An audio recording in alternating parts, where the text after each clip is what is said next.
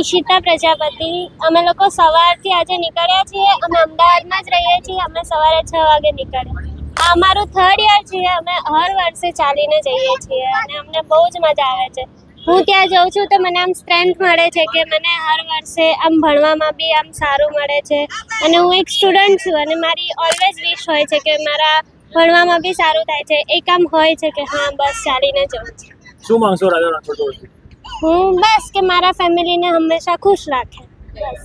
આ સેવાના સંઘમાં અમે નથી જોતે, પણ એમને જોઈને અમને જસ્સો આવે છે, જોશ મળે છે કે નહીં, સેવામાં બહુ મહત્વ છે એમનું ને બહુ મોટી ધજા લઈને આવ્યા છે. અમારું કેમ્પ છે, અમે કોલ્ડ ડ્રિંકનું કેમ્પ રાખ્યું છે, પણ એમને જોઈને અમને જોશ ચડી ગયો કે ખરેખર બહુ સરસ કામ એમનું કરેલ છે.